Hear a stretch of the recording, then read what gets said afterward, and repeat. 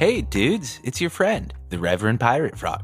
Come join me in the circle with my bearded brother, Howlingbuds, the poet laureate himself, Stoney Alpinist, and of course, the better half of Frapple and my friend, Johnny Apple. Pass to the left and let's have some fucking fun.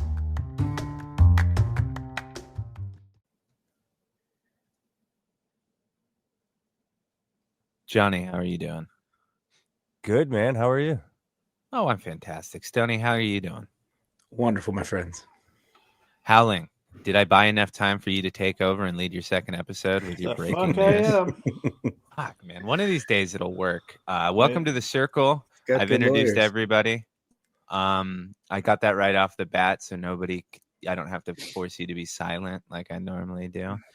How's everybody going? How's everybody doing?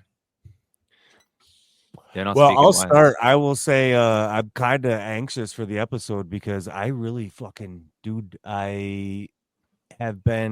my mind has been so many other places than in my garden right now. It's that total fall lull. Like, I don't want to plant fucking seeds right now, and I'm about to need it because the only thing I have left that I haven't chopped needs to get fucking chopped, and it's the bubblegum queen. So that beauty. So yeah. What's your holdup? Is she not ready yet, or are you just, like you said? I'm even just too fucking it's like, fuck, man. I even forget to water her half the time. So every time I go in there, she's like this dry, really funky. It's like super loud because I pissed her off. It's like, oh yeah. So let me give you some water down the tube and close it, and then forget about you for 3 days, and then go back in there and go, fuck, man, I really need to shot this fucking thing. I said it last night, and then I put water down the tube. Fucking said, here we go. Well, then the only other thing then is the White Widow. I got that White Widow from Monsta, so I was forgetting about that and the tray to grow. Imagine how easy that is. The other thing I was finding myself, so I don't topple that fucking flexi tank over, I only put like a gallon in it at a time. So that way it stays low and doesn't do whatever thing it does. Because look, I'm not blaming the flexi fucking tank, but it is up on a tote. Right, I've tried to get it level and flat on the tote, but the ground isn't level. The tote isn't level to the ground even more, so I can't really blame it on the flexi tote. So I don't have it in the perfect thing, so I can only put a gallon down it. And then this thing, like, it grew into, let's say it's already scrogged out because I had to plant it in a 4x4 from a quarter gallon in a tent with like no light to let it just overgrow inside of this 2x4 tent with like one single fucking what are those arrayed Howling? What are those fucking So I didn't mean to alarm you there with that question. No, that's the diabetes. Shit, are we getting bombed? Sorry. Oh shit! No, yeah, Russia's coming. Yeah, Russia's. Yeah, they got us. Yeah, Stoney, what'd you do? It was his butter. It's his butter, yeah. He disgraced the Russian potato. They were like, our potatoes are never that good. Bomb those fuckers. That's funny. No, the fucking the European dude, the British dude who sells those fucking array, whatever the fuck. Either way, I got his that single light for seedlings, and it's in that's the only light I have in my prop tent. So that 4 foot. Did you mean Irish? Yeah, he's talking about Irish, Migros. Yeah, Migros. Yeah, he's Irish. Yeah, Irish? Really? How what dare you, sir? Holy crap. I haven't watched enough of his videos to know. Listen, I was in one European country and it was Germany. So I get sometimes, often confused with Russian. It's weird how I just don't hear accents. I guess I'm a terrible person. Listen, once you start getting east enough, they all sound angry, even though they're saying they love you. And it's all very, yeah. But anyways, okay. We won't leave it on that. Circle back to the seedling tent. The Irish dude. So a little seedling. There goes our mic that you had in Migra the 2x4. sponsorship. The so I managed to root this fucking cut in the mail from Monster, right? It came, and then I even broke the puck open, and he's like, look, it's hungry, feed the fucking thing. So I up potted it. That's literally all I did. I was like, all right, fuck it, you said feed it, so I'm gonna put some worm castings in it. And I put some worm castings in it, and I watered the fucking thing, and it sure as shit rooted. So I was like, fucking A, man, this is cool. And then fall happened. So it was in this 1/4 gallon pot. And at one point it was growing naturally. So I just fucking filmed the shit out of it and cut it back to these 4 little things until I could deal with it. Well, those 4 little things are 4 foot tall from the bottom of the tent. So yeah, they were up over the light when I was like, fuck, man, I got to uproot this thing or uppot this thing. And like I said, I've had zero interest in the garden right now. Like, I've got a whole new job and shit and trying to fucking get my house fucking heated and finished up and my shop going, and it's fall, man. I'm not thinking about it. So I just fucking took the thing and I threw it in a 4x4 bed, turned the lights on, put the humidifier on, and it scrogged. I had to scrog it out already. So I just fucking lowered the net down on that thing and fucking scrogged it out, and it is not happy. It is not healthy. So yeah, that was a few days ago. So we're seeing where that's going. So I try to keep the humidifier filled. I have not been successful in that either. But it's really that time of the year, isn't it, man? Man, it is. Yeah, just like I'm not too far off the boat. I mean, I finished a garden up. Life has just been absolutely crazy for myself, and finished a garden roundup, and arguably one of the probably worst 2 or 3 that I've grown before. Non-attention, and just didn't, I wasn't making sure that the water was getting all the way down. I think the soil has been used so many times that everything just kind of stunted. It was not a good garden at all. It was just kind of saddening. And I'm in an empty space too. I did a nice dry and cure on it. I had really good environmentals to get to that spot. I was about the best thing that I could do, but it was really only drying and curing good. I'm still happy with what I got. It's definitely usable, but I did run into some bud rot that I had to get rid of a pretty significant amount. And so, yeah, it's like the spur to like, I'm going back to the basics. What did I do wrong? I know I've got to start from scratch. So it's time for some new soil and invest in some batteries. And I sat down and realized I've been like re-amending this now for a good 2.5 years and fluffing it up and adding this and doing that and this to it and mixing old batches back to the new ones in one big giant garage mix. And who knows where that soil is at this point. And no wonder. Are you considering running a test? Sending a sample out? Yeah. I have an entire garden of ornamental flowers that needs a good like 2 or 3 inches of soil. So it's just time to upcycle. That's, I set that like plan all the way back at the very beginning of like, what, I'm going to use my soil for the cannabis once, twice. And then when it starts to really get depleted, I'm just going to turn it into my other flowers or vegetables or whatever and I've just continued saving it and I moved it. And it's a good like 4, 5, 6 totes that they've all sat kind of fallow some of them have sat fallow for a year. Just like sitting in the totes, closed up. And is your 5x5 running now? Is that one of your tents you're growing in? Yeah, 5x5, and then the 2x4. I want to send you. We're getting ready to take down my dad's 2x4 large bed. Can I send it to you and you fucking set that up in there? Just use your old soil, fill that thing up, dude. I feel like that would be so good for you in there. Like you can walk in and fucking. Would you be interested in that? Yeah. I'd be interested in it because right now I've got a big earth box that's in there now.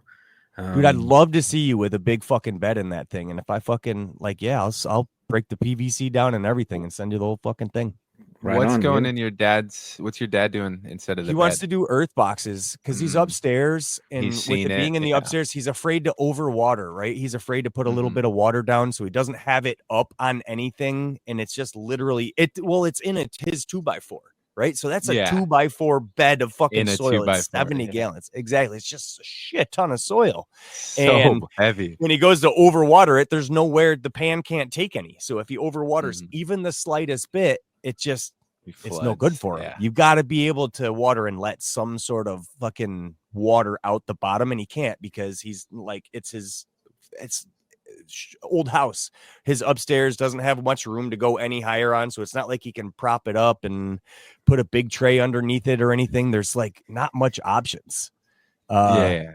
It's the circumstance he's got to change. Yeah, when it leaked into his fucking ceiling, and he's looking at his carpenter son going, "You see that fucking leak you put in my," and I'm thinking, God damn it, man. It's all my fault. And now I got to fix it. And there's drywall leaking down and fuck. He couldn't water his bed and somehow it's your fault. Well, yeah. And it's just, two things too is the earth box is easier for him to maintain. It's super simple, right? I can tell him what to do. Like, all right, you're here. Here's what you need to do. Put this amount on here and it's water down the tube, man. They're so easy for him. Now I don't have to go over. I don't have to remember or take notes on what I did for his, like, if it gets to be like, he's been like, I've had this earth box for like a year now. I'd be like, all right, well, let's look at your feeder roots and what that's doing and how big the mound is. And then we'll fucking 86 that and start from the beginning. I think it's just in his situation, the earth boxes is better. I want to touch on that for a second because I think people often forget, but when everything was up and running, at one point you were taking care of like, what was it, 4 or 5 beds? Dad has 2 beds and I have 2 beds. 2 big it was beds. 4. So that's 4. All of that soil, and you had to try and keep and remember. And each one of them was having a separate problem at a separate time. Different stages and made from different fucking volumes of soil. The amount it's just a lot. Keeping track. Yeah, even for us that actually implore notes, it would be a lot. And you do this shit just no matter how many times we've begged. Yeah, you just do it. So cutting back on that is going to be significant. I think in just making his experience better. Yeah, for sure. So yeah, dude, if you're interested, I think a 5x5 is ideal for a bed that size. You know what I mean? If you're interested, I'll fucking mail you the whole thing. Let me consider. Yeah, because the part of what the autopots did save me on this one. So, but circling back to the, getting to this large terrible garden, soil, and the autopots that I've got, they saved me from not going down there and watering 2-3 days in a row, or like maybe going there and peek my eyes into the window. It's definitely saved me. There were times when I went down and it was gurgling. So, because I keep a little pump that runs in my autopot, so that's like my audible sound of like, oh, I'm here gurgling. I hate hearing that sound. It's like I know. I feel bad at that point, and the worst is when you go down there and you just hear it kind of like spritzing, because then you really left it for a little too long. I'm like, okay. Pumps notoriously love running dry. Yeah, but it's and also why wouldn't sorry I keep forgetting and keep interrupting you, but why if you get the 2x4, do a trait to grow, you get your autopot still, and you can that's what I was going to consider. You can I was going to say do that. I think the trait to grow is smaller than this size. This is a big this is literally the bottom of a 2x4, and the trait to grow is quite a bit smaller than that. The trait to grow is a 1x3. Yeah. So it is definitely. I was just looking at this because I was thinking about setting up a 2x4 bed for like vegetables inside, and it's just amazing how the size difference. You kind of see pictures and they look kind of similar to each other, but the volume of soil it goes from like 3 cubic feet to 12 cubic feet. It's a huge amount of difference. Whoa, it's a lot. Jesus. Wow. Yeah, it's huge.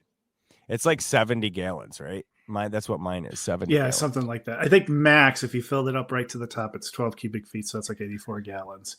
But if you go like lower, like most of us do, 70 or so. Yeah. One of the things with my 2x4 is it doesn't have the height. Like I'm was spoiled by my gorilla that and that's the other thing with the 2x4, and you put it's a taller bed, so you need more headroom for this size bed, because it's in order to get the 70 gallons in a 2x4, they had to make it taller, so it's that much taller. And then inside of a 2x4 you've got like fucking a week worth of veg before you're flipping. And when I'm not there to fucking pay attention, guess what he does? The same thing that happened with the fucking. Well, and then you start wrapping around your lights, and then you're chasing your tail the rest of the grow, because that is the nice thing about the even I noticed it with my big earth box, that it sits taller than my junior did, of course. And even that is like, 3 or 4 inches or so, because it was just barely on like feet. But now that it's up on the wheels and that sort of height it's a really nice height for a 2x4. That's like just the standard basic height for it. Because you're going to lose, no matter how good your rigging is, you're going to lose a foot and a half to your light. There's just there's not enough like strength to like strap it to the either sides. And even then, I don't know, you need more space up above it to get rid of some of that heat. So yeah, I think the lowest I've got like mine hanging might be like 6 inches from the top. But like if I put anything up on top of my tent, it pushes it down and it's touching the fucking ballast. So it's no good. Yeah. There is something too there is a minimum spacing you need to evacuate the heat, because you can get into a lot of trouble where you're like, why is it suddenly 100 degrees in this tent? Yeah. And I've noticed that with mine, and I keep it down a little bit because of that. Yeah. And I think the good kind of rule and judge, they do a pretty good job of putting the vents at the top. And I'm like, as long as I've got clearance with that, then clearly they've thought about that sort of clearance or something along those lines. So as long as it's below that, but even then you're losing 6-8 inches, like you said, John. And like, even if you got tight rigging and you really put it up there, I also always make sure to have a hurricane fan in the top of my tent, pushing air down. Like I zip tie one of those like to the top of the tent, so it's always trying to push that air back down, and it's on the opposite side of the filter. So it's always on the opposite. If I exhaust on the left, the hurricane's on the right, and vice versa. You know what I mean? Just always one of those small little things, just trying to push opposite, so it kind of creates this downward heat cycle. Hoping to just get the heat, because if you don't, the heat from your fucking ballast, you'll suck it right up out the tent. You'll never get any heat down to your plant. I've done that before without trying to circulate that air down. It literally sucks your fucking hot air right out, and your plants are cold.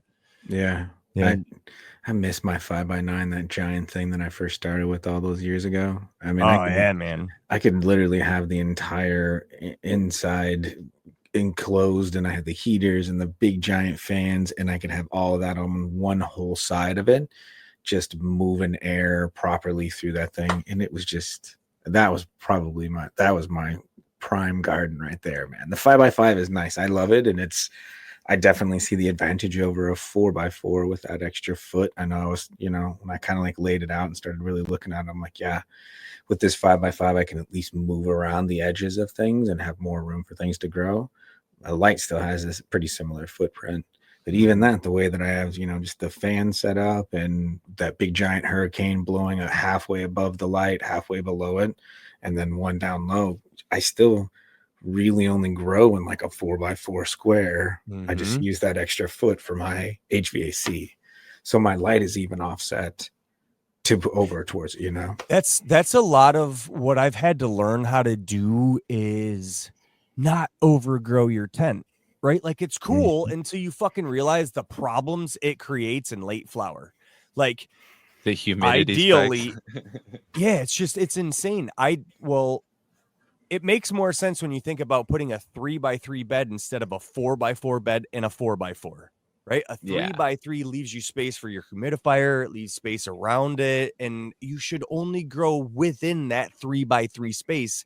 Well, it's in flower too, because you're going to have some tipping. You're going to want some leaning. If your tent sides suck in at all, it's like, So what I was trying to do before is put fucking rails up on my fucking tents to keep the tents from sucking in, and then it sucks above and below. So the flower, it just doesn't matter. So it's trying to grow 4x4 worth of flower in a 4x4 is insane. I can't, like, I've finally coming to the conclusion of just dial it the fuck back. I've had more successful grows by trying to grow smaller plants in my space than trying to fucking bang the things out. Like I always tend to run into problems when I'm trying to fucking like scrog and fill and show off. It's just like, nope. I've even come to the conclusion, one plant, one earth box, and a fucking 2x4. Super easy, super simple, especially with photos. Just one and done. Flip it and go. And super simple. I think especially with photos, if you're gonna do something like that, just fill a whole 2x4 with an earth box and a photo. Yep. That's what I've been figuring. Yeah, that's the ethos that I just did, that Spanish moon with the grandpa stash. That's just the second time I did it. I think the one before that was the tangy. And it was like, dude, this is just one earth box, one photo, done. Yeah, that's the more environment the plant has, and I think that's relatively, it scales out as well. And like in a 2x4, one plant does really well, and a 4x4, 2-3 plants are going to do really well. You can fit 4 in there into that footprint, but you're gonna be struggling. 5x5, like 4 in there on a good clip with autos, you're tight, and you're got to be careful with some overlap. There's some things you got to watch out for. I've tried to push 5 in there. Even a 5th stunted one will throw humidity off, airflow off, and all that sort of stuff. And remember that early botrytis blows out in the air and the wind too. So if you get an early bud rot, nip it and get done with it. So there's just too much like risk involved. The less the environment is around the plant. Yep. You know, and I'm learning this new adage around like kind of starting out in the early, like taking the center out about the size of a softball, and then kind of further into veg, taking out about a basketball's worth from the inside core of it, and anything that's pointed in gets nipped out. And then once you get to that final flower, you should have like a full basketball of empty space, rather than sort of like the whole schwazing, or really trying like open all of those up and remove those early nodes, and then you'll spend more energy into the buds.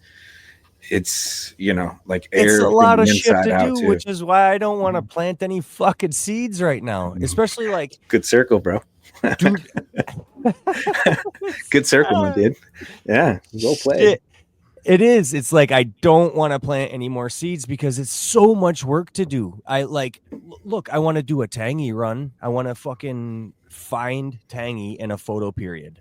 Like I did. I don't remember how many I did 5 before, maybe 5-pack, and she wasn't there. So I got, I don't know, 15, 20, but now I got 15 to 20 plants to sift through in just that run alone. So I have to first of all, I don't want to designate all my space to looking for tangy again, because it's smoking tangy nonstop does some shit to a motherfucker. Like, you gotta have some shit other than fucking tangy hanging around your house. You know what I mean? He went full on Joker right there. Shit. I just got my tangy back, so I'm like, I guess at the pre-curve of that. Yeah, I see nothing wrong with this. You've just lost your mind. It's great entertainment.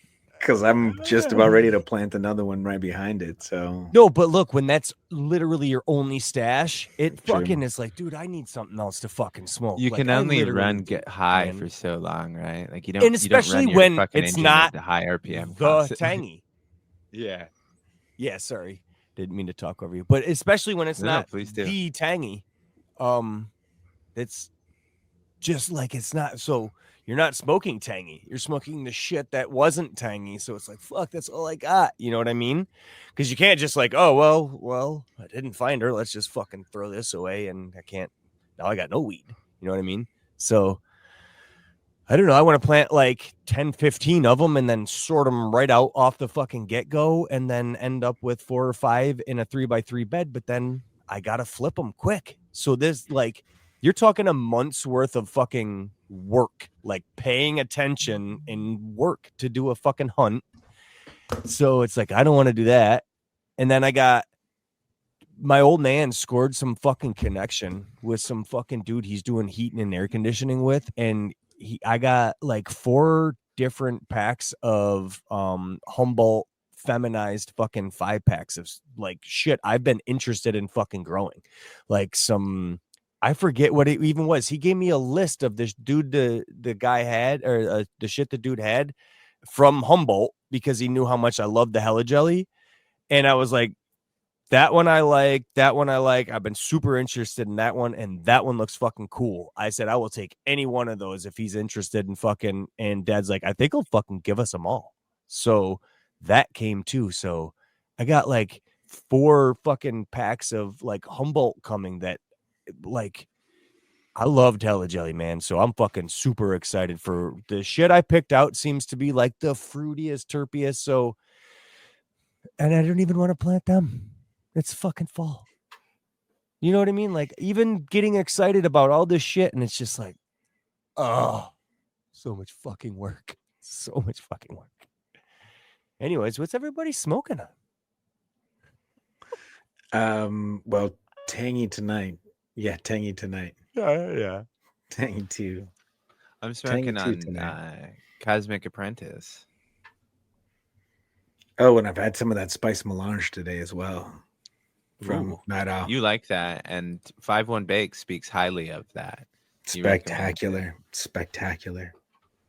Nice. Yeah. What about you? Howling. Oh yeah, Howling is not. I'm just high on Howling's. Howling's yeah. Are we gonna tell the reason that Howling's gone sober? Hold on, I'll break it to him. His attorney's advised, dude.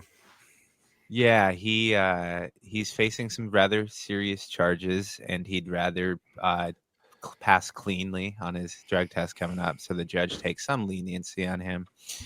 So we wish him well in all of his endeavors. Yeah. Hashtag free the wolf. There's some past travels that are catching up with him. Just a little bit of hijinks that happened when he was in his younger years.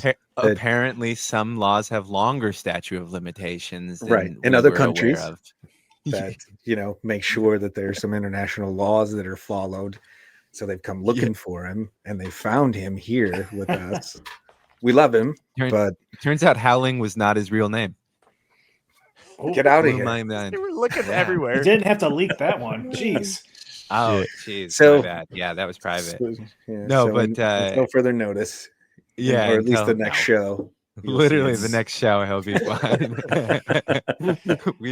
we shouldn't have even mentioned it. I just really wanted to go in on the whole false persona. It's all good because you know what? I was getting up to 2 capsules per night, and time for a tea break. That's getting a little too much here. Your head stash was almost gone. Yeah, that's funny. And I'm smoking on the strawberry. I don't know if that will focus or not. Maybe it will. Oh my goodness, that looks good.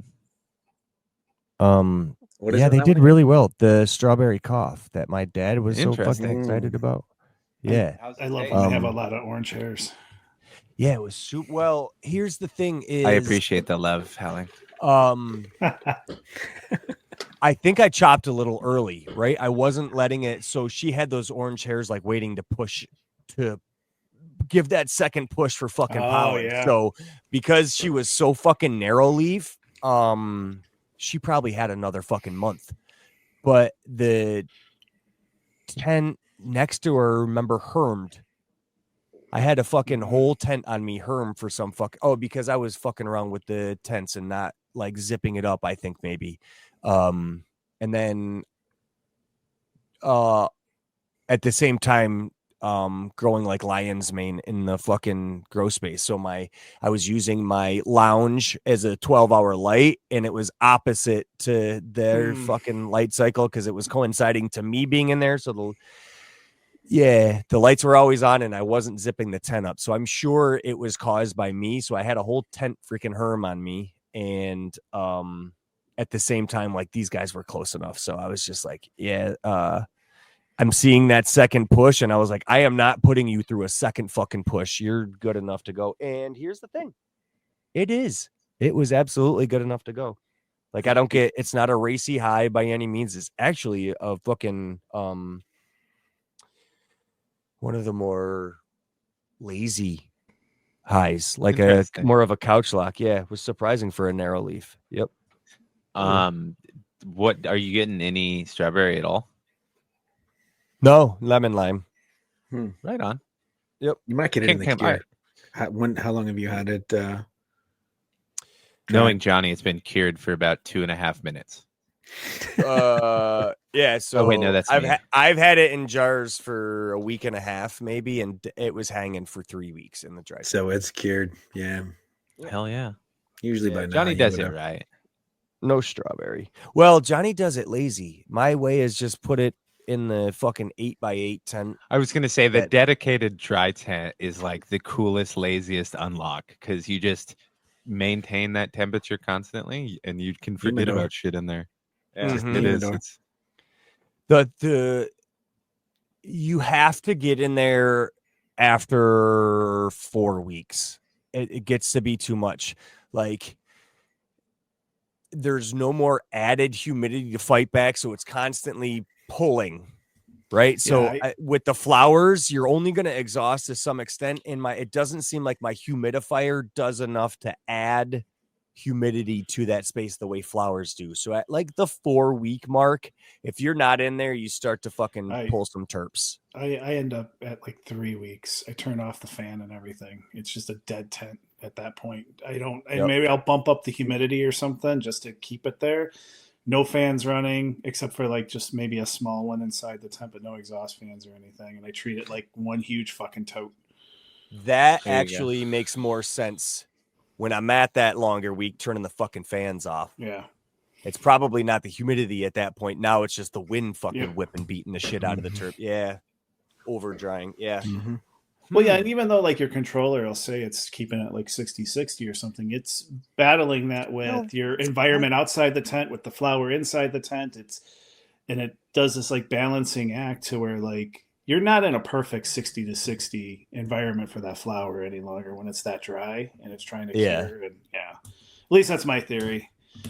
I'm lazy though. I keep it for like 3 to 4 weeks. It goes in a tote for a week or two, and next thing, I mean, I think we all. I would totally do that if I didn't use a portable AC to have to achieve drying conditions. Mm-hmm. So like the second it's ready to go, I cut that fucking AC off and they go into bins. Usually, winter, actually, it's a day after.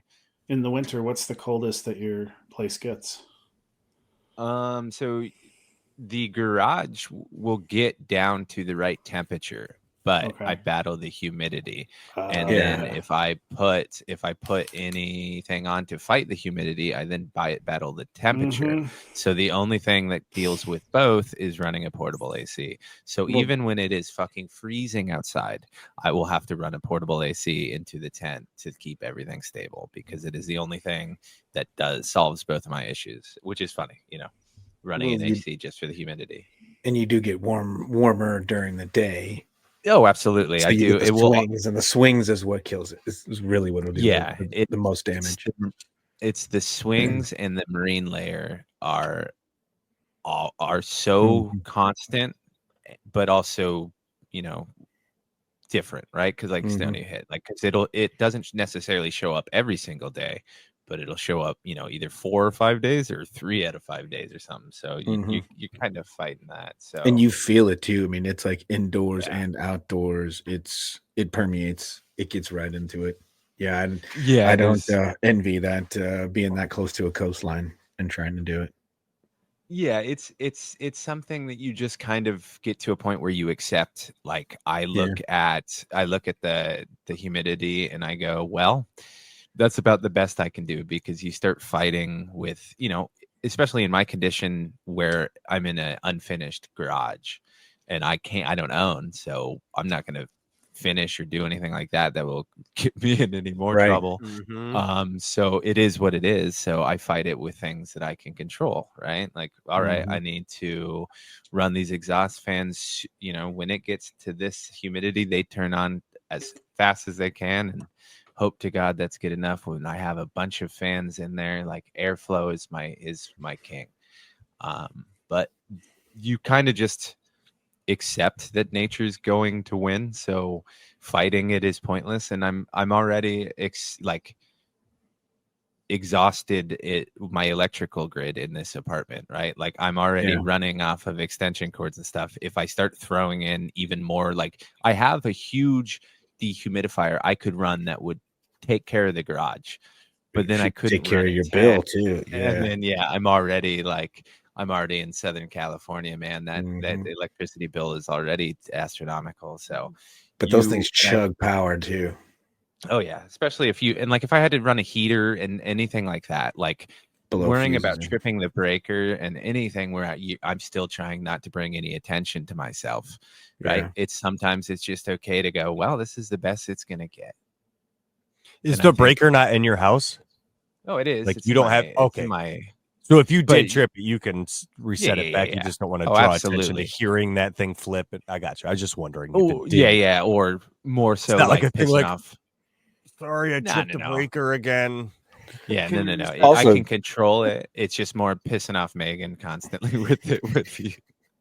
Well, and it can happen when you're away at work too. You know, yep. You pop a breaker on those, they're not paying attention, and you come back and it's, and then you don't pay attention for a couple of days, and your lights think it's a different time, and now all of a sudden the whole light cycle's off, and your flowers go fucking crazy at it. So yeah, it can. Yeah, definitely. I ultimately, so when it comes down to if you have to grow where there's a marine layer and you want to maintain your sanity and your wallet, just accept what you can't do, just accept the unacceptable.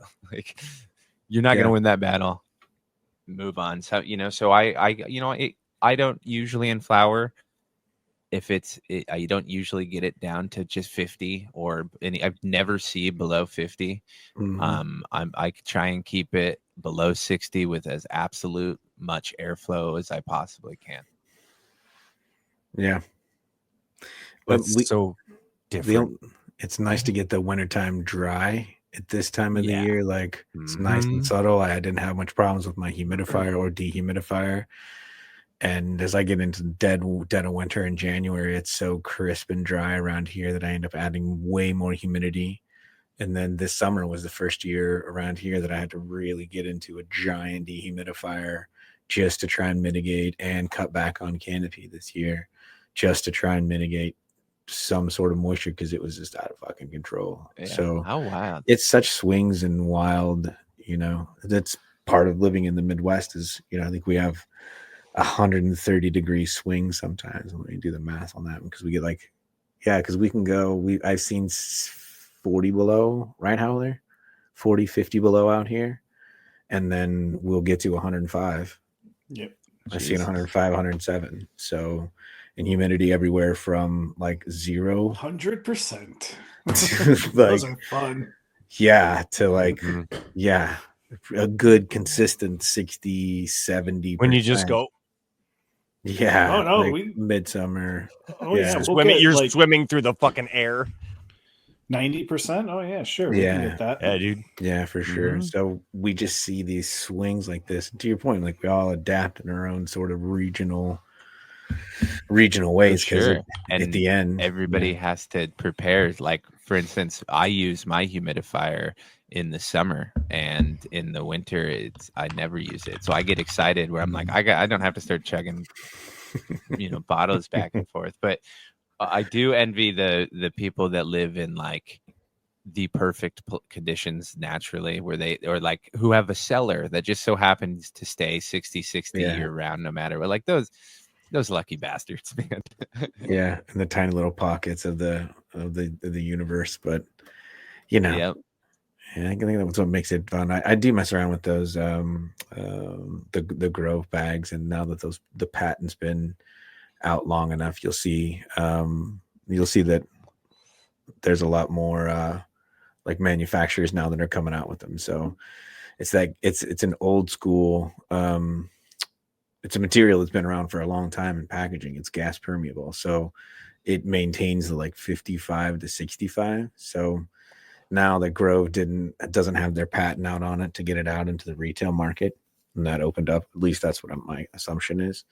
You can see a lot more of them out in the industry, and I think that they're worthwhile. So that's why I've seen Grove bag knockoff lookalikes on Amazon, and they all claim to do the same thing, but I was always scared to buy them because I don't want to pay the shipping cost of Grove bags. They're pretty fucking expensive. But yeah, neither does Grove, and I'm sure that they're not very happy about it. But that packaging, it's a layering that's been chip packaging, all that sort of stuff, as all sorts of different things have two-way directional air movement, right? And that's all that stuff is. So the trick is you can't have a Grove bag, at least I don't understand this one, and there may be some packaging physics out there that I don't understand, but it won't allow heavy moisture in, and then it allows the heavy moisture out. So it works in sort of the osmosis, the membrane basically works to balance it. So if it's above that, then it will allow that moisture out, and if it's the opposite direction, it will bring it in. So it always keeps to a range of 50 to 60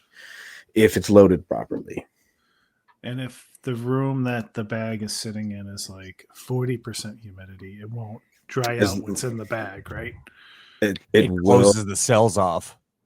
It will, yes, it closes off the cells, and it will maintain the moisture that's in there. So it always maintains it in that. They give it that sort of 50 to 60 because it can get clogged. So like, you shouldn't be using them multiple times. Right? You should really only use them once, maybe twice at the most. And because they'll get clogged up, and those materials get kind of clogged up. So, but they are worthwhile. See, my problem is I've found that I consume so much, it's not worth the long-term storage, and mason jars are fucking cheaper. That's literally the only thing, because they literally, not as much the only plastic. reason. True. That's the biggest one, especially if you're throwing away, is the big one. It will save you some burp time though. I think that I will say when I've done them side by side, a jar and the Grove, and I got to tell you from my personal experience, like I bought more of that Grove bag material because I just found a better cure than I did in my jar. I wasn't able to burp it enough and exchange air enough. If they never leave the when tote, I used them, they were great. I've done the same thing before I had my dry tent. True. Before I had the dry tent and I was able to do that long dry cure all at once kind of deal. Mm-hmm. The Grove bags were fucking bang on. They absolutely, because I need the burp time. And now I don't. When I fucking trim, they're in the jar. Also, a neat little trick I've been doing is at like the 3 to 4 week mark, when I fucking bring the plant over from the perfect humidity and temperature and shit, I leave it in my hanging space in my fucking lounge for a day before I trim it. Mm-hmm. It just makes trimming so much easier, because then I can grab that fucking canna brush and just brush the leaves dry right in the tent. No fucking burp, or right in the jar. I mean, no burping, no nothing. It was like, when I figured that shit out, I was like, I don't mind trimming so bad. I'll bring one plant over at a time, leave it hanging for a day, because it's like, fuck, I gotta go get the fucking thing. So that's annoying.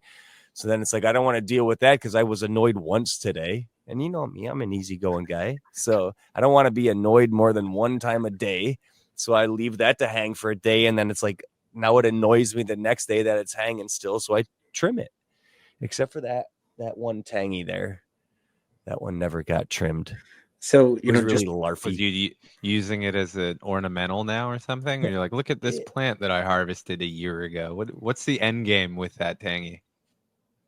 The compost. I just haven't gotten that far. The compost is dying down now. It's cold. Oh, it's cold.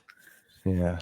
So, when you were talking about the dry and the cure, and we were talking about the size relative of growing, right? One plant in the 2x4, it works kind of in the same theory, or it translates the theory, I guess, directly over to the dry and the cure. It's really about the amount of environment or air volume that's in whatever container you're curing it in.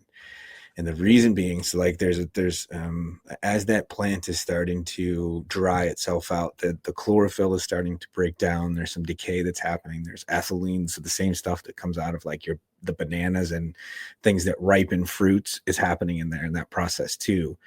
If there's a volume of air and it's really tight, it's overly concentrated and wasted, so that you lose a lot of that process of it. So you want a volume of air in there, so that as the cure is happening, it's releasing off the volatile, and then it gets puffed out as you kind of open up the jar and exchange the air into it and move things around. Or if you're in your bin, that's why you have to burp almost like, if you're in mason jars, you really should theoretically burp twice a day for like the first couple of weeks. But the way that we've kind of just automatically figured out is you just leave it hanging.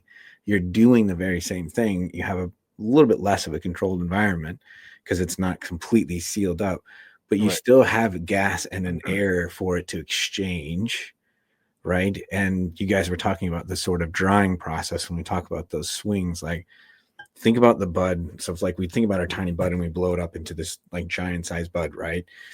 When we're drying, you've got really this like space that's out towards the edge that's really doing the drying. And if it's big swings, you'll dry that out a lot. and then it'll quickly pull the water up to the edge from the center of the plant. It's like osmosis, turgor, all sorts of things that are happening. It's also working to pull towards the stem, but it's easier to get to the edges of it. So when you have those big swings that happen, it kind of vacillates with this sort of drying method that happens.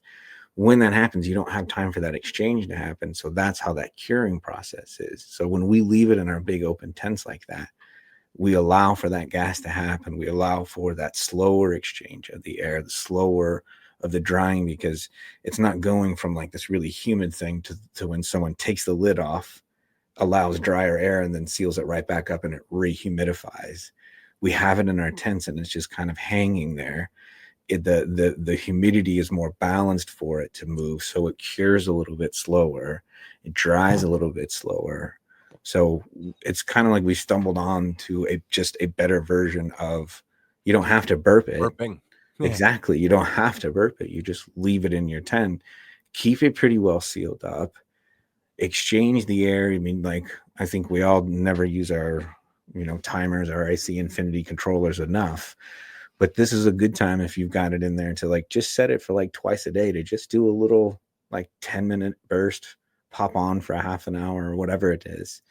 Just exchange the air in there, and then you never even have to open it up and just leave it in there. So I know you've got a dedicated dry tent. I've used a small 2x4 in a similar fashion that once it was done, I just left it in there and then restarted back up with I kind of rehung everything in the 2x4. But even that still needed a little bit more burping. But maybe we just stumbled onto something like that, And Rev, don't you go into totes still, right? You go into totes instead of going into jars. So do you Same thing? Yes. The whole tote the first couple of days.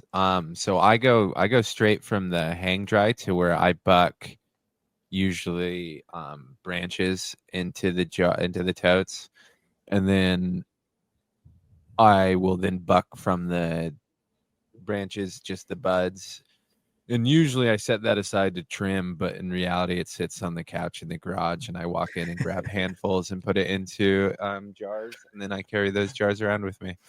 And for instance, I go, oh shit, I got to roll something. I open the jar, take the untrimmed bud off, trim the weed, and then grind it. Possibly the worst way, but it is what I do. But yeah, I find the totes help a lot. If you are actually trimming it too, it allows you to backlog it. Like, I know Howling is the master of totes now, and he actually uses them effectively because he has a backlog. I'm still in the negative for, last harvest wasn't quite enough to cover the books, so I'm back a couple years. But if you use it properly, and you can get yourself a little backlog and trim in bunches like our buddy Howling does. It's nice. I'm a proponent for sure. Yeah, it's nice because I just grab a tote and I bring it to wherever I trim, and I don't have to get to it right away. I pull out what I need. It's still, even though opening and closing it and stuff, it still is at a good humidity inside, and it may take me 3-4 days to get through a tote, but it keeps it stable through the whole thing, and I don't feel rushed. That's the biggest thing. I'll hate doing it. If I feel rushed or something, I'm just going to hate doing it. It's going to be miserable. But yeah, I also have to be somewhat wary of overwhelming my neighbors with the scent, right? So I can't just trim at my leisure. Yeah. I learned that with this last one, specifically Chem Labrada. That thing, that was the loudest thing I've ever grown. You could smell it outside, even with the doors and windows all closed. And my son would come home from work, and he knew even before he walked inside the house what I was doing in there. And so I can imagine with having close neighbors in like a complex. Yeah, that's gonna suck. It's definitely saved. It saved me to be able to be like, well, I guess I'm staying up late, and doing it now. But one tip for the totes, which I think they come in really handy, is if you've got your dry environment, and like if you've got a smaller auto or something, and you think it's drying faster, is you can buck into the totes and keep the totes in the environment. It helps a lot to help regulate that. So I almost always buck a day or two early and keep it in the dry, in the conditions, but in the tote, and then just swap between closing the tote and everything. Now, when you It's say really up, helped regulate you it. literally just take and right into the No, tote. of course not. Of course not. I take my fancy scissors that Howling turned me on to, and I stand above the tote and I cut. I cut all of the branches. I basically cut a branch that will fit into the tote. Yeah, gotcha. And I take the main stem and all that and set it aside and take those put them back in the drive for a day or two. Kind of depends on the plant, right? And then they go to my trim station that is set up and rarely used. Yeah, I mean, I don't trim all of mine all the way. I mean, there's I a few like strains pulling off some leaves, man. I mean, otherwise I just think I'll go in and clip off a bud and just flick things off, and maybe get out a pair of scissors and get a little bit of snipping into it. But I don't do a lot of that. I've done it a couple times where I just sat down and trimmed out, and it's like it's nice. I can't complain having a jar of buds that was beautiful sitting there to just walk right up and open up the jar and go to town to. It was wonderful. But a few extra minutes what? like that. I have found in my experience, and it is wonderful, but the reason I don't do it too often is I get a couple jars of my nicest tops, all trimmed up, beautiful, like the really good ones that you want. And I smoke those immediately and hold off all the bullshit I don't want. So I'd rather punish myself every time I go for a handful and be disappointed than be severely disappointed, 2 weeks after going, man, I got a lot more weight of this not pretty shit I got to get through now. So ultimately, it's just of managing my disappointment with myself. I do the totes as well, man, and I like have to control myself from going in there like just not grabbing the cola tips every single time. Like, all right, I totally grab some of the lower, balance it out. Grab all the little larf, and I'm like, okay, here's a handful of shit larf that I'm gonna smoke now. Oh yeah, it is so funny. I always push off the best one. That's towards afternoon last. Chance, dude. Yep, exactly. It's my way of punishing. That's all that's myself, left of that tangy hanging. Exactly. All big nugs were ripped off of her, and it was mostly fucking shit I did. It was like, fuck, man, I really should trim that and put it in jars. And it's like, fuck that. Next time, Johnny, take it and trim it to a tote, because you'll be able to, instead of, because I understand when you have to scavenge from the carcass of your plant hanging, you're gonna pick the easiest shit. But when it's all in its tote and you can kind of physically force yourself to be like, no, you put that back. You can grab some larf right now. Yeah, that is my recommendation. Or don't grow larf, I guess is a better one. But it is, trim better during the grow. Everyone's going to have a little bit of larf of some, but I think I settled in the last few plants. I'll take out branches and I'll take the tops. And once I have at least one jar of nice tops, all the rest gets bucked and put into a grove bag, and I press it for the wife. Like, I don't trim it. Like, I mean, other than like the fan leaves and stuff, the rest just full out. It's just going to get pressed. I don't have to worry about it. And that's been wonderful. Like, I'm glad that she doesn't primarily smoke flower, because my trim job would suck ass. But no, it's nice that she just likes rosin, and I just get myself my jar that'll last me forever and a little bit to give out to some people. But yeah, the rest, I don't give a shit what it looks like.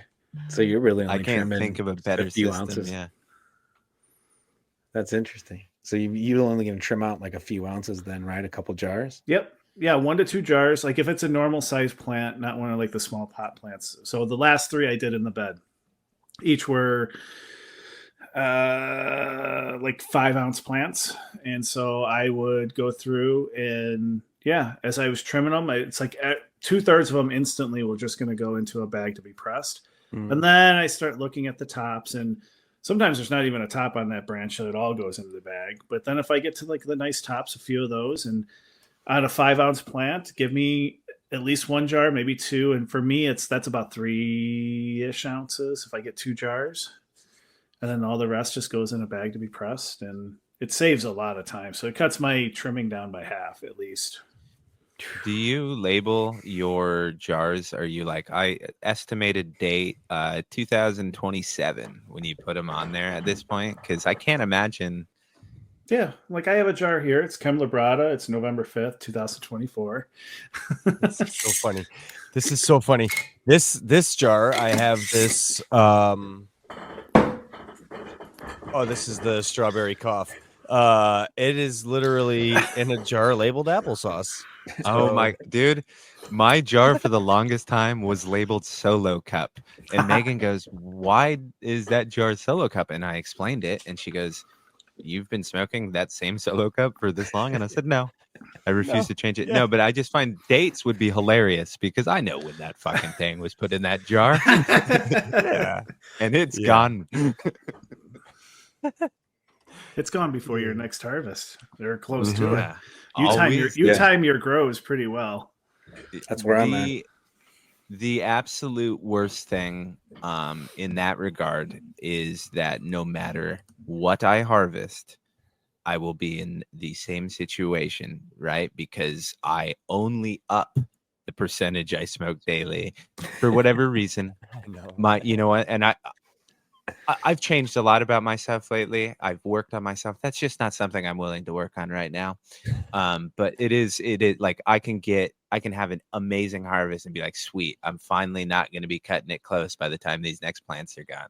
And I'll get to where I've harvested and I'm going, how's it all gone? And then I realize I'm like, well, you didn't really need to start going to, 12 joints a day, did you? You could have slowed back, 2 for every 10-minute break isn't necessary.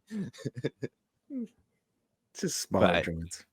Yeah, but that's not something and then I'm willing to and then I get consider, I get myself into grows like this one where nowhere yielded what I typically am. It's like, okay, all right, time to get. I was gonna do another photo run. I think I probably need to take that space and do an auto to get my head stash up. I was a little bummed about it, so still becoming. I mean, and I'm ready to get into it. Unlike you, Johnny, I want to get back to growing. I want to get back to caring about this garden because it's been too long. So, and the wintertime feels good for me around it. I like to invest my time and energy into it because I'm not outside, So I'm looking forward to this, man. I'm looking forward to this garden. I'm glad that you brought invest your time and energy because before we get out of here, and even before I ask a ridiculous question of you, we should touch briefly on what Howling's reverser of autos meant. Little name tag thing is there. And he's recently invested some time and some, I assume, money already into his newest venture. Do you want to spill the beans, dude? Fucking chaos. So I got suckered in rather expertly by a few people, mostly from Alabrije, to start working on a preservation project for Salmoso to start. But the idea is that make a bunch of F2 seeds of that one, which I love that plant. So like I'm totally happy to do this. But then I'm going to take those and find some recipients and use the Salmoso as a male and see what kind of broadleaf photos that I'll cross them with and do a photo to auto conversion. So we'll see. I started doing research to find, because this is my biggest problem. And this is why I don't, like, for me, breeding doesn't really work, or pollen chucking doesn't really work, or content creating is like, I have to find my niche that I want to find a unique thing to do that, like, it's not muddled with everyone else and all those shit that people are doing. It's the same reason why I stopped home brewing, because, well, one of the reasons I stopped home brewing is because, like, everything starts to taste brown or like an IPA because they're all just so fucking similar at some point. So I'm gonna do a bit of research. So right now I'm gonna start thinking about how to do a reversal project, and luckily we have a lot of cool people in our Discord that can help me out that have been doing it. Some of whom have gotten suckered by Alabrije to do it. So it seems like a pattern here.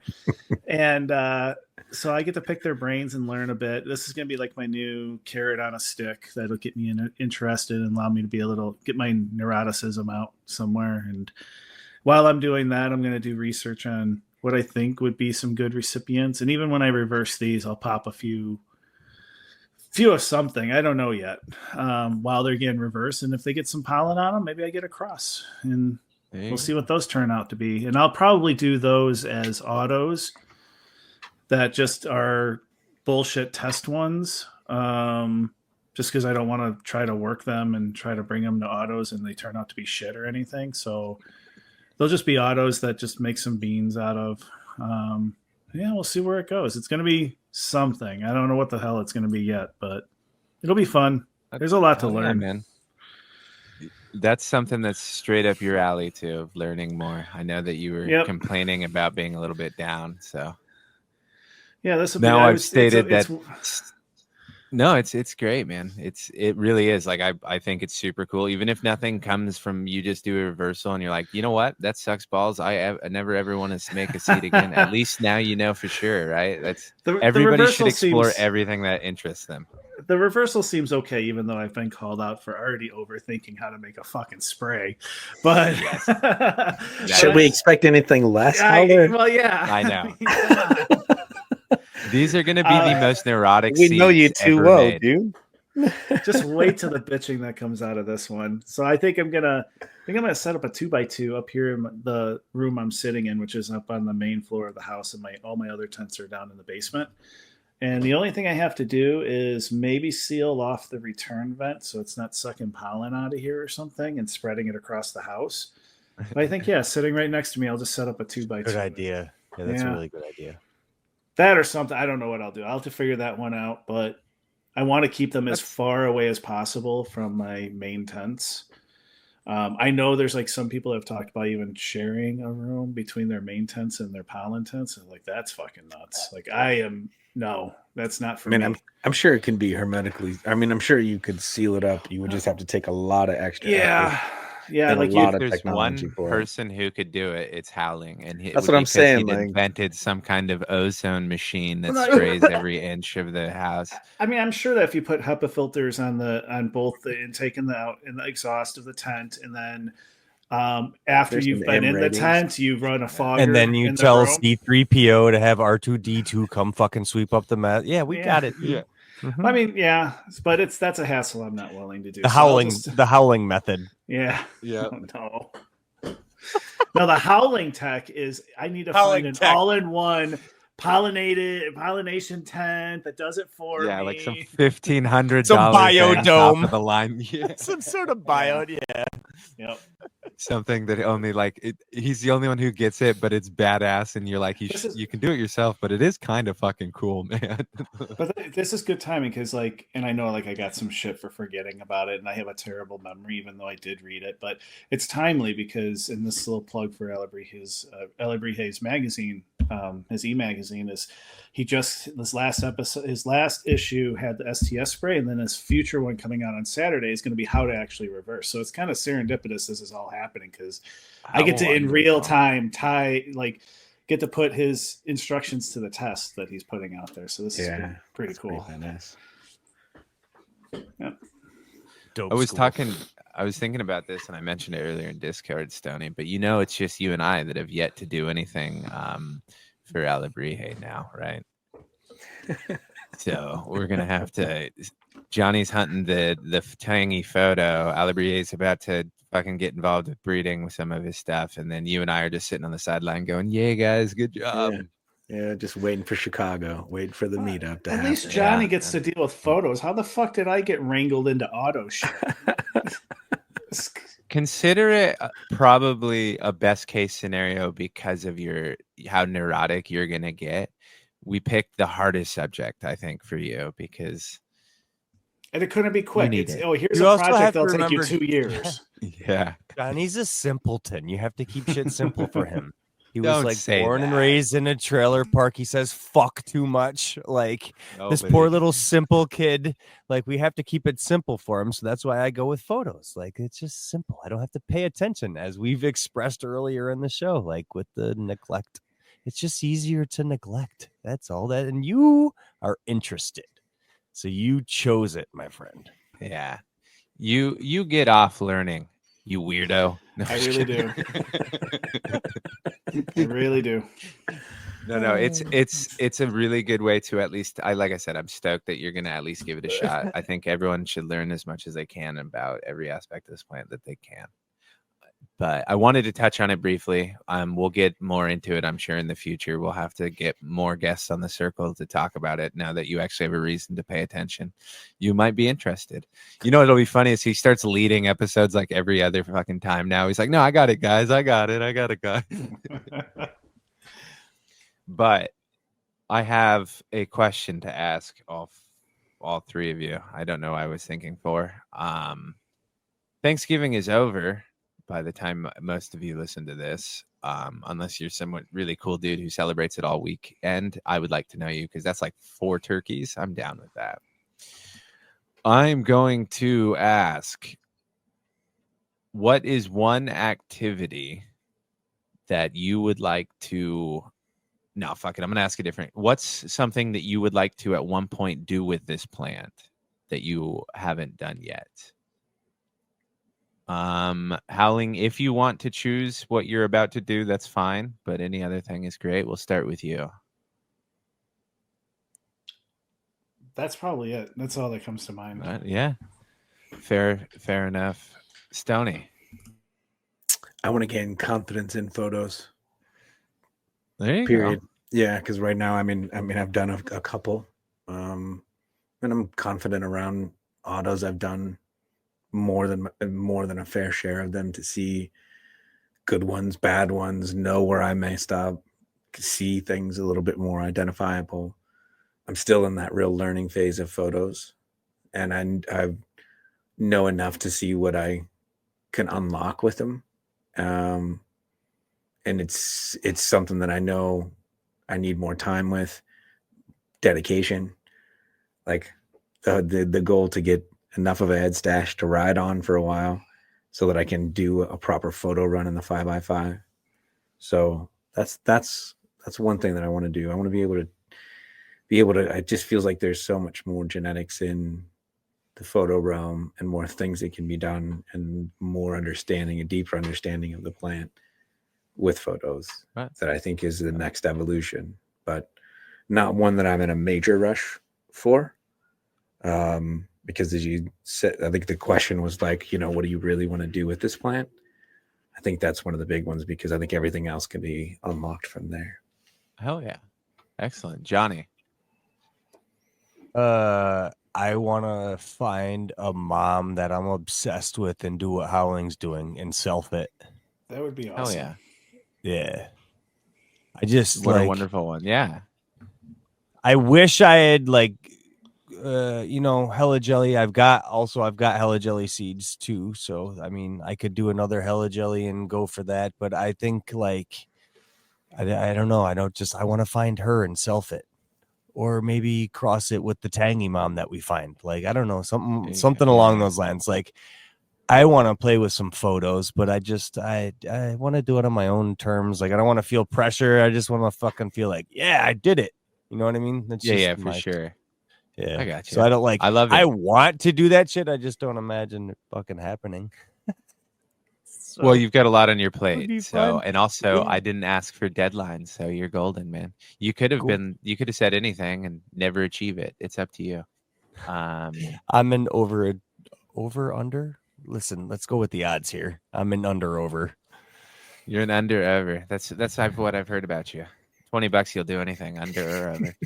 I'll take the time to answer the question. I have 2. I want to do a really collaborative project where we get everybody, like all of our friends or everything, like Howling, Grateful, Johnny, Stoney, like all of us or anyone that has interest, to really collaborative breeding project where each one kind of focuses on one particular aspect of something and see if we can bring that forward and see if they mesh well with it, I just had a really stupid idea. Right. Yeah. One person starts the cross. They create seeds from that. They pass the seeds on to the next person. They get to cross it to whatever they want. And it's just like the traveling crosses until you see what bullshit comes out the other end of that one. There you go. So no matter how terrible it is too, you have to advance it. That would be really funny. There's just one that you, no matter what, you have to work with this piece of shit.